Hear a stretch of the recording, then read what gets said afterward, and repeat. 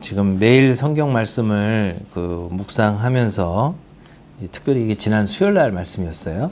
이제 말씀을 생각하다가 생각해 본 것들을 이 시간에 좀 나눠보려고 합니다. 우리가 그 성경 인물들에 대해서 항상 가지고 있는 생각은 기본적으로 성경에서 좋은 일을 한 사람들, 믿음의 행동을 한 사람들에 대해서는 굉장히 관대한 시각을 가지고 보는 경우가 많습니다. 그래서 성경에 나오는 이 믿음의 사람들에 대해서는 말 그대로 무한한 신뢰를 가지고 있고요. 그래서 이 사람들이 어떤 행동과 말을 하든 다 선의로 해석을 하려고 합니다. 그런데 이제 우리가 드라마나 영화나 소설 이런 데서 여러 인물들이 등장할 때 그 인물의 캐릭터를 크게 이제 두 부류로 나눌 수가 있죠. 영화 전공하셔서 잘 아시겠지만 하나는 평면적 인물이 있고 또 다른 하나는 입체적인 인물이 있습니다. 평면적 인물이라고 하는 것은 말 그대로 한 면만 가지고 있는 인물이죠.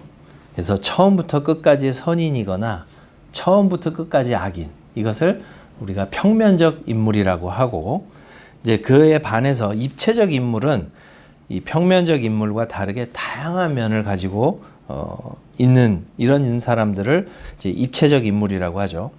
한 사람 안에 선과 악이 공존하고 잘하는 점과 못하는 점이 있습니다.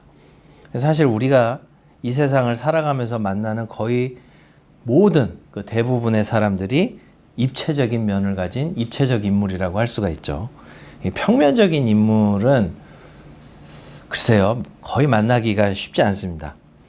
우리가 사람을 만날 때 금세 저 사람 참 좋다 혹은 나쁘다 하고 이제 규정을 하고 대하다가 이제 반전을 경험하는 수가 있죠.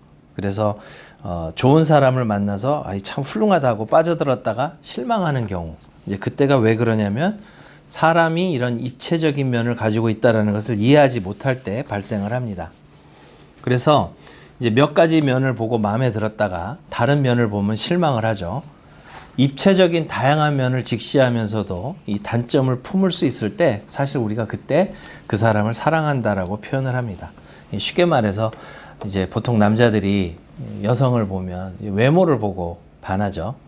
나는 아니었다라고 말을 할 수 있는 사람이 우리 가운데 있을 수 있을까? 이제 제가 단정할 수는 없지만 많은 경우 남자들은 대부분 그래요. 어떤 이성에 빠져들 때 주변에 누구 만난다고 자랑하면 모든 남자들이 제일 먼저 물어보는 게 이쁘냐? 이거부터 물어보죠. 그러니까 외모를 보고 우리는 사랑에 빠져들었다고 이제 흔히 착각을 하는데, 이제 그러다가 데이트를 하고 오래 만나다가 확 깨는 순간이 오죠. 말을 한번 잘못했다든가 생각보다 이게 너무 좀 그런데 하는 순간, 혹은 식사 예절이 이상하다든가 밥을 먹는데 같이 밥을 먹는데 막 해맑게 웃고 있는데 앞니에 김이 끼었다든가 이제 이러면 확 깨는 순간들이 오죠. 이제 그럼에도 불구하고 받아들이면 사랑에 이르게 되는 거고, 이제 저거는 도저히 못 받아들이겠다 하면 사랑하지 못하는 거죠. 그러니까 사랑할 때는 이 직시하는 게 중요합니다. 그래서 외면하고 덮어버리라는 얘기가 아니라 우리가 사람을 판단할 때는 장점은 장점대로, 단점은 단점대로 인정해야 사실이 보이고 전체가 보입니다. 우리가 그런 것을 이해하지 못한 채 성경의 인물들을 너무 평면적으로만 바라볼 때 우리가 잘못한 것도 막 애써서 포장하고 덮어주려고 하는 그런 오류에 빠지기가 쉽습니다. 이렇게 이제 길게 서론을 말씀드린 이유가 사실은 오늘 이 노아의 저주를 우리가 어떻게 이해할 거냐 하는 그런 문제가 있기 때문이죠. 노아가 하면은 다 훌륭한가 하는 것을 오늘 생각해 보려고 합니다. 우리가 이제 노아란 인물을 평면적으로 바라보고 방주를 준비한 훌륭한 모습 한 가지에만 너무 꽂혀서 이 사람은 무조건 오를 거다 이렇게 단정을 하게 되면 사실 이 오늘 본문에 나타나는 이 노아의 저주를 정당하게 볼 수 있습니다. 그래서 이제 사실 사람의 이런 입체적인 면을 이해하지 못하고 평면적으로만 이해하는 사람들이 우리 사회에서 이 규정하는 말이 있죠. 이게 참 설교 시간에 써도 되는 표현인지 모르겠지만 빠돌이 빠순이 뭐 이런 표현이 있습니다. 그러니까 어느 한 사람만 보면 그 사람 무조건 다 훌륭해, 이 사람은 다 옳아, 이렇게 말하는 경지에 오르는 사람들이 있죠. 이게 굉장히 위험한 태도인데, 노아가 했는데 뭐 틀릴 리가 있어? 이제 이러다 보니까 이제 노아의 저주를 바라보고 크게 두 가지 잘못을 저지르게 됩니다. 첫 번째는 노아가 가나안의 아버지 함의 태도를 보고 이제 사실은 이제 가나안을 저주하는데, 어쨌든 이 저주 사건을 어떻게든 포장을 해야 하다 보니까 어떤 실수를 하게 되냐면 함의 잘못을 부풀립니다. 그래서 9장 22절 오늘 본문에 보니까 함이 아버지의 벌거벗은 하체를 보고 자기가 덮어주지 않고 그대로 둔 채 밖으로 나가서 형제들에게 알렸다라고 성경이 기록하고 있는데, 이것을 부풀려서 얘기를 하기 시작하는 거예요. 그래서 전통적으로 왜 이런 저주를 했을까? 노아는 왜 이런 저주를 했을까? 함이 비웃어서 그랬다. 이런 해석들이 나타나기 시작했던 것이죠. 그리고 심지어 함이 뭔가 이렇게 폐륜적인 행동을 한 게 아닌가 이렇게 덧붙인 주석들도 있었습니다. 이후에 그 형제들이 행한 태도에 비추어 볼 때 함이 잘했다고 말하기도 그렇지만, 사실 우리가 냉정하게 본다면 정말 함이 이렇게 저주의 대상이 될 만큼 크게 잘못했는가 하는 것은 의문입니다. 사실 당황하면 그럴 수 있잖아요. 그러니까 이제 지금 아버지가 저러고 계신데 이거 어떻게 하면 좋을까요? 하고 형제들한테 상의하러 나갔을 수도 있잖아요. 그러니까 성경 기자는 사실 거기에 대해서 크게 이야기를 하지 않는데, 우리가 함이 잘못했다라고 이렇게 그냥 단정지어 얘기를 한다면 이게 너무 억울하지 않을까 이렇게 생각을 해보게 됩니다. 다른 형제들이야 일단 이야기를 전해 듣고 생각할 시간을 벌은 상태고, 함은 직접적인 목격자였으니까 이 놀람의 강도가 달랐을 수도 있잖아요. 평소에 노아가 음주 가물을 아주 즐겨 해서 늘 자주 만취하고 항상 이게 술만 들어가면 벌거벗고 드러눕는 상황이었다면 함의 대처가 달랐을 수 있죠. 우리 아버지 또 이러시네 하고 그냥 무심하게 대처를 할 수 있었을 텐데, 이제 문제는 이게 처음 보는 상황이잖아요. 왜냐하면 성경에서 그 전에 뭐라고 그러냐면 노아는 의인이고 당대의 완전한 자라고 했는데, 뭐 이전에도 날마다 이렇게 술 퍼마시고 이렇게 널브러져 있었으니까 이거는 생각하기 어렵잖아요. 그러니까 그야말로 이제 함의 입장에서는 처음 보는 상황일 수도 있습니다. 그래서 진짜 야 이거 어떻게 하면 좋으냐 하고 도움을 요청하러 나갔을 수도 있죠. 정말 함의 태도에 문제가 있었다면 성경 기자가 덤덤하게 함이 그의 아버지의 하체를 보고 밖으로 나가서 그의 두 형제에게 알림해라고 이렇게 덤덤하게 표현을 할까, 이런 의문이 생기는 거죠. 이 노아의 팬들, 노아의 빠돌이 빠순이들이 저지르는 두 번째 해석적 잘못은 노아의 저주를 의심 없이 정당화해버리는 거죠. 사실 이 노아의 저주가 정당할까를 우리가 좀 생각해 볼 필요가 있습니다. 노아의 저주는 사실 잘못은 누가 했죠? 함이 했죠. 그런데 함의 아들 가나안을 향한 저주였습니다. 이 저주가 나타나는 25절, 27절에 보면 이렇게 얘기하죠. 이에 이르되 가나안은 저주를 받아, 잘못은 함이 했잖아요. 가나안은 저주를 받아 그의 형제의 종들의 종이 되기를 원하노라 하고, 또 이르되 셈의 하나님 여호와를 찬송하리로다. 가나안은 셈의 종이 되고 하나님이 야벳을 창대하게 하사 셈의 장막에 거하게 하시고 가나안은 그의 종이 되게 하시기를 원하노라 하였더라 하고 계속 가나안을 때리는 거예요. 창세기 10장 바로 이렇게 딱 넘겨서 노아의 족보를 소개를 하는데, 창세기 10장 1절 셈과 함과 야벳의 족보는 이러하니라 하면서 이 6절에 보면 함의 아들을 소개하고 있는데 함의 아들은 구스와 미스라임과 붓과 가나안이요 이렇게 소개를 하고 있습니다. 이 구스는 지금의 그 에티오피아와 수단 지역을 가리키는 표현이고 미스라임은 이집트를 가리키는 표현입니다. 그 다음에 붓은 지금의 리비아 지역이고 가나안은 잘 아시는 것처럼 지금의 팔레스타인과 레바논 지역 사람들을 가리킵니다.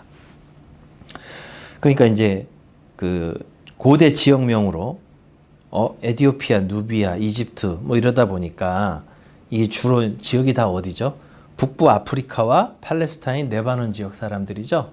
이제 그러다 보니까 이 노아의 저주 더하기 나중에 이제 여호수아의 정복 전쟁 그 더하기 해서 서구 신학자들이 어떻게 이해를 했냐면 이때 저주를 받았기 때문에 그러니까 노아의 저주가 정당했다는 거죠. 그러니까 이 노예 제도와 인종차별 그리고 땅을 빼앗기 위한 원주민 학살을 정당화해 버렸던 거죠.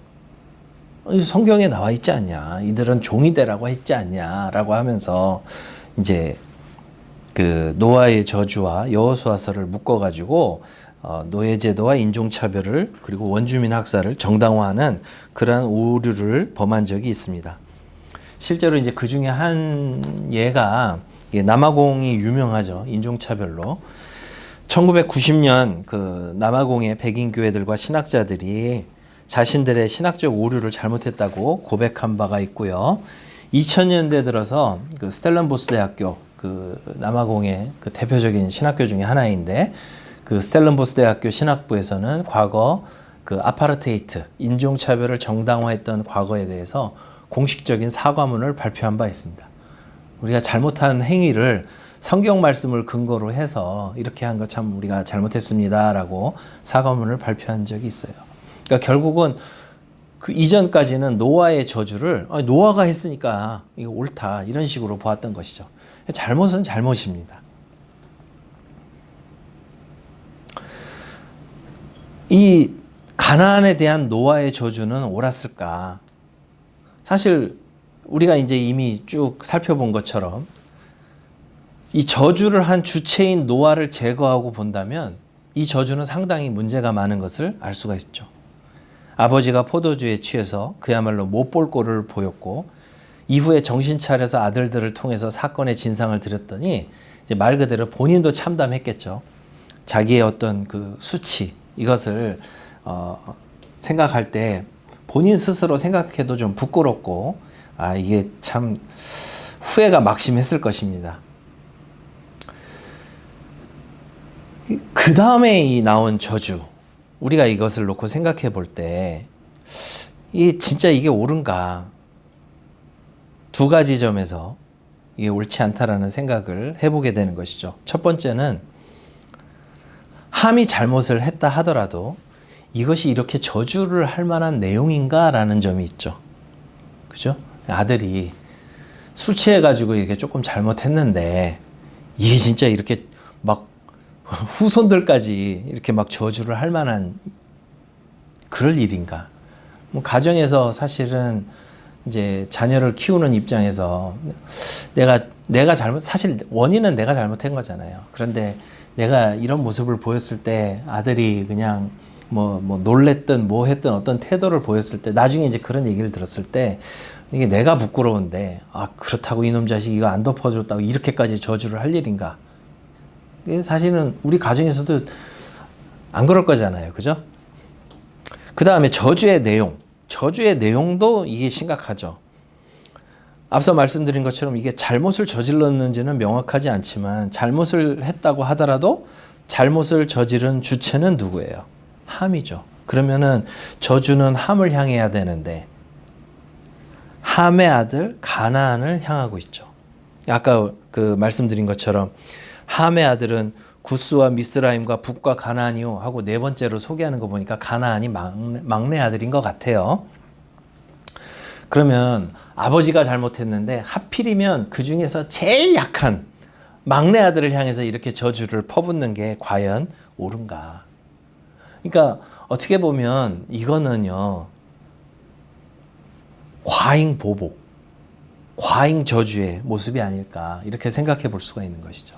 그러니까 내가 술을 먹고 일종의 이제 그 주사, 못 볼 꼴을 보였는데, 근데 이제 그 수치를 깨보니 자기도 참담한데, 이거를 그때 누구는 덮어주고 누구는 나가서 뭐 알리기만 했다며 하니까 분노가 폭발을 해가지고 이 화를 어디다 퍼붓냐면은 그 자기 손자, 그것도 막내한테, 제일 약한 고리한테 분을 표출하는 그런 행동으로 나타났던 것이죠. 이거는 변호를 할래야 하기가 어려운 것이죠.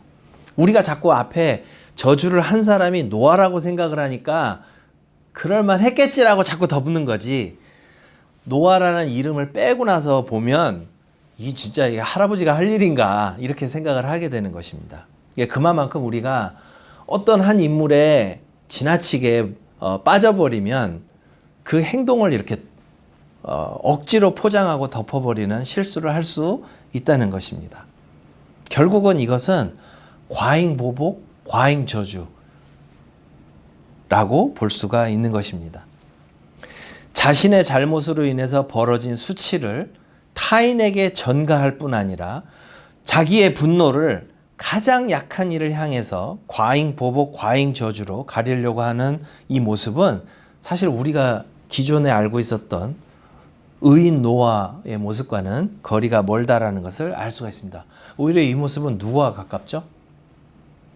타락 이후에 아담이 보였던 모습, 그리고 가인이 보였던 모습, 그리고 가인의 후손 라멕이 보였던 모습에 가깝습니다.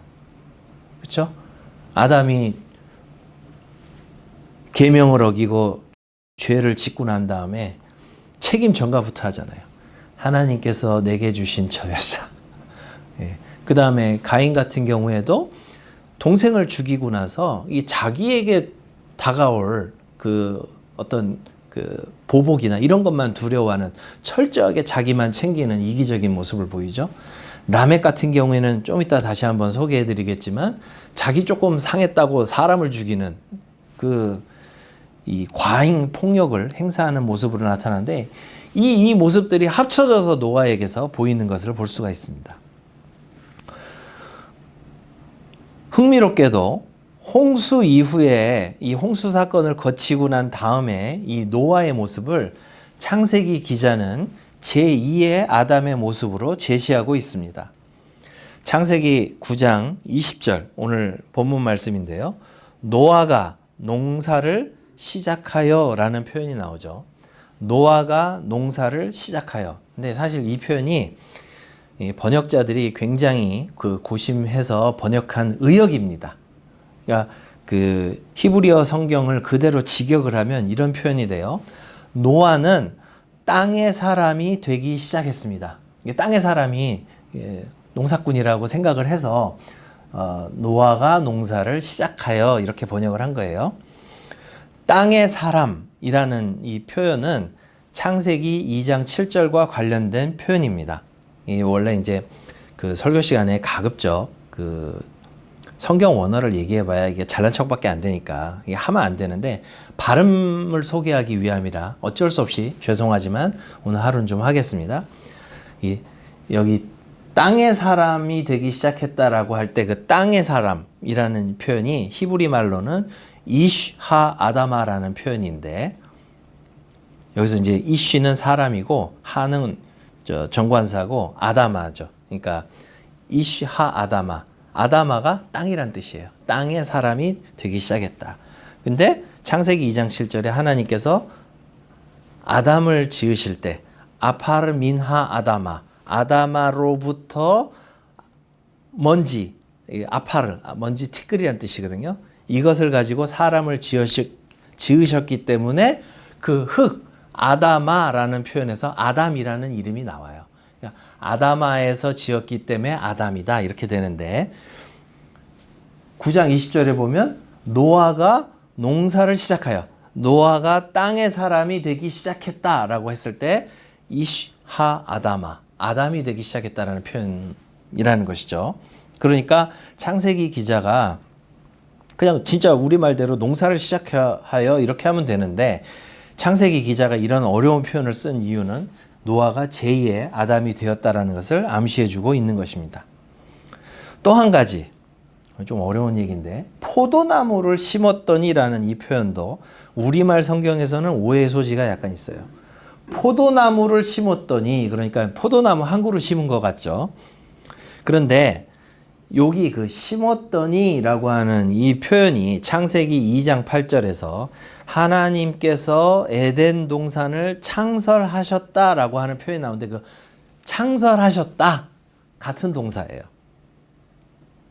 그래서 이 표현은 사실 포도나무도 아니고요. 원래 9장 20절의 표현은 노아가 포도원을 창설했다. 노아가 포도원을 시작했다라는 말을 너무 이상한 표현을 써놓으니까 번역자분들이 노아가 포도나무를 심었다라고 이렇게 의역을 해놓은 거예요.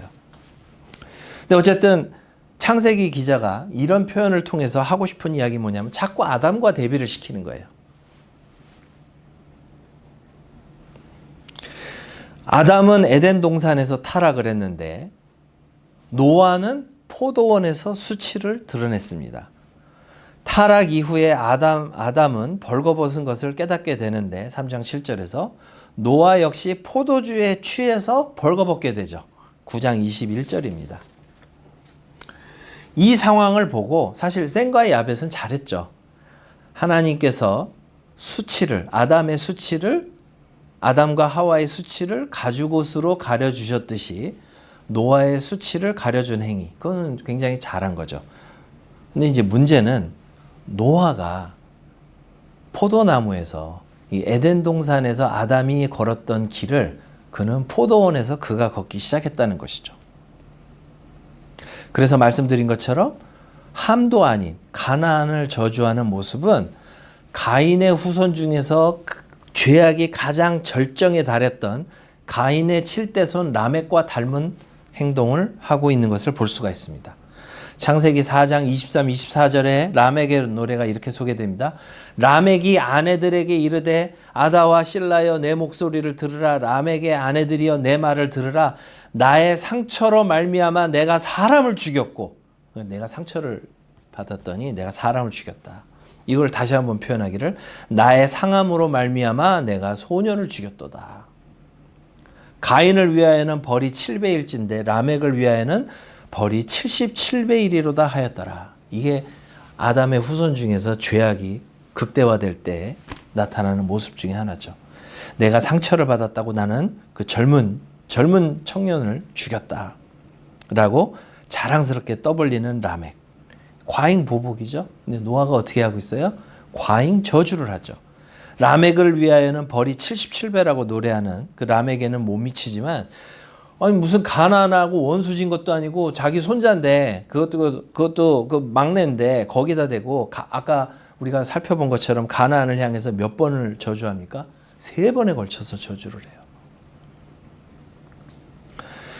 결국 노아의 저주가 담긴 이 단락은 어떻게 끝을 맺냐면 28절 29절입니다. 홍수 후에 노아가 350년을 살았고 그의 나이가 950세가 되어 죽었더라. 이렇게 끝을 맺고 있어요. 이 마지막 부분은 아담의 후손들이 걸었던 그 길을 홍수라는 커다란 사건을 겪고서도 노아 역시 같은 길을 걸었다는 것을 보여주는 장면입니다. 왜 그렇죠? 창세기 5장에 보면 사실 아담의 후손들의 긴 족보가 등장하는 것을 볼 수가 있어요. 창세기 5장에 보면 1절 이것은 아담의 계보를 적은 책이니라 하면서 이제 아담의 족보가 쭉 나와요. 그 다음 3절부터 이제 어떻게 나오냐면 아담은 130세에 자기의 모양 곧 자기의 형상과 같은 아들을 낳아 이름을 셋이라 하였고 이제 그 다음서부터는 계속 뭐 언제 자식을 낳았고 몇 살을 지냈고 자식들을 낳았고 몇 살을 산 다음에 죽었더라. 몇 살을 산 다음에 죽었더라. 이 족보가 계속 이어지죠. 근데 이제 5장 마지막 부분에 보면 5장 32절에 노아가 소개되는데 거기서는 죽었더라로 끝을 안 맺어요. 어떻게 되냐면 5장 32절 노아는 500세 된 후에 셈과 함과 야벳을 낳았더라. 그냥 유일하게 5장에서 다 죽었더라로 끝나는데 노아만 나았더라 하고 잠시 보류된 상태. 그리고 6장, 7장 이렇게 이제 홍수 사건, 6장, 7장, 8장 홍수 사건이 벌어지고 나서 이 9장의 저주 사건이 끝난 다음에 어떻게 끝을 맺고 있냐. 홍수 후에 노아가 350년을 살았고 그의 나이가 950세가 되어 죽었더라. 그러니까 아담의 족보를 그냥 그대로 이어갔다라는 것이죠. 한 가지 더 주목할 것은 그 5장 마지막 부분에 이제 그 노아에 대해서 그 소개하기 전에 노아가 누구의 후손이라고 소개를 하냐면 바로 노아의 아버지 이름도 동명이인입니다. 라멕입니다. 5장 28절, 31절 라멕은 182세의 아들을 낳고 이름을 노아라 하여 이르되 이렇게 돼 있어요. 그러니까 희한하죠. 그러니까 아담의 7대손 라멕은 자기에게 손해를 끼친 사람에게 상해를 끼친 사람에게 그 과잉 폭력을 행사를 했고 이 라멕의 뭐 동명이인이지만 라멕의 아들 노아는 자기 손자에게 과잉 저주를 하면서 끝을 맺는 것을 볼 때에 이 창세기 기자가 이 의도적으로 이렇게 배치를 하는 것을 볼 수가 있는 것이죠. 결국 이러한 창세기 기자의 서술들은 우리에게 무엇을 알려주는가? 홍수 심판이 죄악된 인간들을 쓸어버리는 굉장히 큰 사건이죠. 그럼에도 불구하고 인간 내면의 죄악은 다 씻어버리지 못했더라 하는 것을 우리에게 보여주고 있는 것입니다. 비록 겉으로는 의인이고 당대의 완전한 자라는 평가를 받는 노아였고 그리고 홍수 사건을 통해서 하나님께서 세상의 죄악에 대해서 어떻게 심판하시는지 직접 경험한 바가 있지만 자신의 수치와 실수 앞에서 그것을 덮어버리기 위해서 이 폭력적인 보복의 본능, 과잉 저주의 죄를 피할 수 없었다라는 것을 성경 기자는 고발하고 있는 것입니다. 노아의 저주 사건이 우리에게 주는 교훈 몇 가지로 정리를 해봤는데요. 첫 번째, 사람의 죄는 교묘하고 끈질기기 때문에 홍수 사건이라는 큰 심판, 극적인 경험 후에도 여전히 우리 안에 도사리고 있다는 사실입니다. 그러니까 우리가 한번 내가 인생에 있어서 크나큰 경험을 하고 나면 내가 뭔가 깨우쳐서 막 바뀔 것 같은데 사람 그렇게 쉽게 안 바뀐다. 이것이 창세기 기자가 우리에게 알려주는 내용이죠. 결국은 이 사건은 왜 하나님께서 죄 문제를 처리하실 때 결국은 독생자이신 예수님을 이 땅에 보내셔서 우리 죄를 대속하는 대속제물로 삼으셨는가 하는 질문으로도 이어지는 것입니다. 홍수 사건과 같은 극적인 경험을 해도 사람은 잘 바뀌지 않습니다. 그때는 좀 정신 차린 것 같아도 조금만 지나도 기억은 희미해지고 숨어있던 죄악은 언젠가는 방심하면 터져 나옵니다. 그렇기 때문에 사실 우리는 이 사건을 통해서 또 한 가지 경고를 받는 것은 왜 깨어 있어야 하는가? 왜 우리가 자만해서는 안 되는가 하는 것도 우리가 배울 수 있죠. 왜 매일 성경 읽어야 되고 왜 매일 기도를 해야 되고 이렇게 주일마다 모여서 예배를 참석해야 되고 하는 이유가 어디에 있습니까? 우리는 조금만 자만하고 안일해지면 바로 넘어지기 때문에 아니 나는 안 그럴 전혀 그렇지 않습니다. 노아가 바로 그 길을 걸었던 것이죠. 노아의 저주 사건이 우리에게 알려주는 두 번째 교훈은 우리가 수치를 당하거나 자신의 약한 모습에 분노할 때 그 대상은 항상 자기 자신이 아니라 타인에게, 그것도 나보다 약한 이들에게 과잉으로 보복하거나 분노하는 모습으로 나타날 수 있다는 것입니다. 그러니까 내 약점인데 사실은 내가 이것 때문에 참담한데 이 화를 제일 내 주변의 약한 사람에게 터뜨릴 수 있는 그런 위험의 소지가 노아에게 있었다면 당연히 우리한테도 있겠죠. 충분히 가능하다는 것입니다. 그래서 우리가 사실은 살아가면서 가장 사랑해야 될 가족에게 상처를 입히는 경우가 많아요. 결국 문제는 내 속에 있는데 그것을 우리가 잘못 터뜨리는 경우가 있어요. 노아의 저주 사건이 우리에게 주는 세 번째 교훈은 우리가 사건이나 사람을 일방적이고 편협한 시각으로 바라볼 때 소위 삐뚤어진 팬심을 가지고 성경을 대충 이해하고 자신이 편리한 대로 근거를 삼을 때 우리는 성경이 말씀하시는 바를 놓치고 전혀 엉뚱한 해석으로 더 큰 죄악을 저지를 수 있다라는 것을 우리에게 경고하고 있습니다.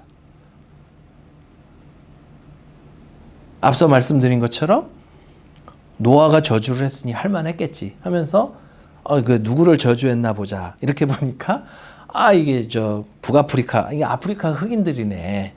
이게 팔레스타인 가나안 사람들이네 하면서 걔네들은 저주를 받은 사람이니까 당해도 싸. 성경 해석을 이런 식으로 하고 있는 거예요. 여호수아서를 읽으면서 그렇지, 하나님께서 주신 땅에 들어가려면 그 원주민들은 우리가 좀 함부로 해도 되겠네. 그러고 나서 정말 수백 년 동안 얼마나 많은 죄악을 저질러 왔는지 모릅니다. 나중에 그래놓고 이제 물론 사과 안 한 것보단 낫지만 우리가 그때 좀 잘못 읽었나 봅니다. 이게 변명이 되겠습니까? 그렇기 때문에 우리가 말씀 앞에서는 항상 겸손해야 한다라는 것도 역시 이 창세기 본문이 우리에게 주는 교훈이라고 할 수가 있습니다. 오늘 노아의 저주를 통해서 우리가 생각해 볼 점들을 잠깐 나누어 보았는데 우리가 항상 올 한 해를 지날 때에 주님 앞에 우선 겸손해야겠습니다. 겸손히 주님 앞에 동행하고 또 깨어 기도하면서 또 자만하지 않고 섰다고 생각하는 자는 언제든지 넘어질 수 있다는 것을 기억하면서 항상 죄와 싸우며 승리하는 저와 여러분 되시기를 주님의 이름으로 축원합니다. 기도하겠습니다. 하나님 아버지, 우리가 항상 의인으로만 알고 살아왔던 한 인물이 방심하고 자만할 때에 어떠한 모습으로 나타났는가 하는 것을 말씀을 통해서 우리가 보았습니다. 주여, 오직 주님만이 참되시고 우리는 어느 때든 넘어질 수 있는 연약한 이들임을 주님 앞에 고백합니다. 항상 우리가 입술로는 고백하면서도 정작 우리의 연약함을 잘 알지 못할 때가 많습니다. 그래서 항상 올바르게 가고 있노라고, 잘 가고 있노라고 자만할 때가 있는데 올 한 해 늘 주님 앞에 겸손하게 우리 자신을 돌아보면서 주님의 세심한 인도하심에 귀를 기울일 수 있는 우리 모두가 되게 하여 주시옵소서. 냉정하게 우리의 잘못을 주님 앞에 고백하고 오직 위로부터 우리에게 덧입혀 주시는 은혜를 바라보면서 한 걸음 한 걸음 전진해 나가는 우리 모두가 되게 하여 주시옵소서. 주 예수 그리스도의 이름으로 기도드립니다. 아멘.